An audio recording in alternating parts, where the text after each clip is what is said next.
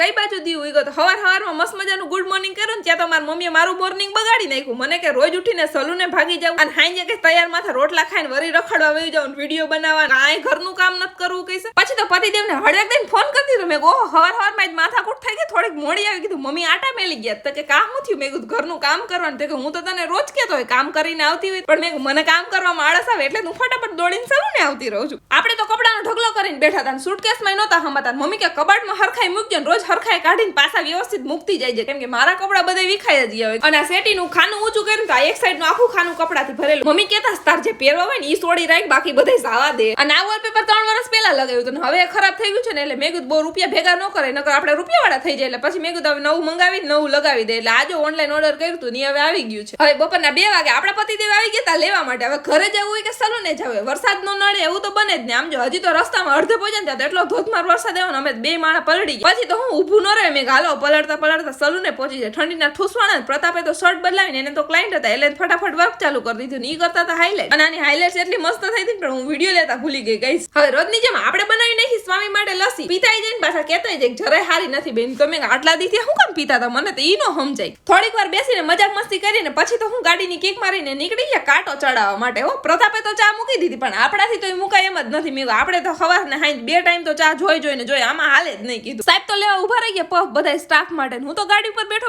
પપ્પલ જોતો. મેં કોઈ બાપા બહુ ગંધાળા થઈ ગયા, આને તો અસલ વોશ કરવા જોઈએ. સલૂન આવીને આરામથી બેઠી ફોન જોતી હતી ને પ્રતાપ કે આયેલ તને એક કામ જીતો ને ઈ કરતા હતા કેરાટીને, એટલે આપણે ને હોલ્ડિંગ કરવા ઊભી રાખી દીધી. પછી હાલના 8 વાગે તો અમે ઘર ભેગા થઈ ગયા અને પતિદેવ ઘરે આવે ને એટલે આપણને તો ખબર જ છે કે બહાર રખડવા લઈ જ જવાના છે. પછી તો હું ગાડી રોડે ચડાવી દીધી, નીકળી ગયા રખડવા માટે. અને જેવા આ રોડે ચડી જાય ને એવું પતિદેવ નો આવી જાય બ્લોસમ ફેમિલી સલૂન. પછી તો આપણને ટી પોસ્ટર થી ફોન આવ્યો હતો, મેડમ તમે આ વિઝિટ માટે આવજો ને, તમારો છાપામાં ફોટો આવ્યો. મેં કોઈ બાબા છાપામાં ફોટો આવ્યો ને, એમાં લખેલું હતું તમે બહુ સારો વ્લોગ બનાવ્યો. મેં વાહ વાહ વાહ, હું તો મજાક કરતો હતો ગાઈસ. હા. અને હવે આપણે હાંજે તો ચા મૂકીને કોફી ચાલુ કરી દીધી. પછી તો કોફી પીને ભાગી ગયા ઘરે. આ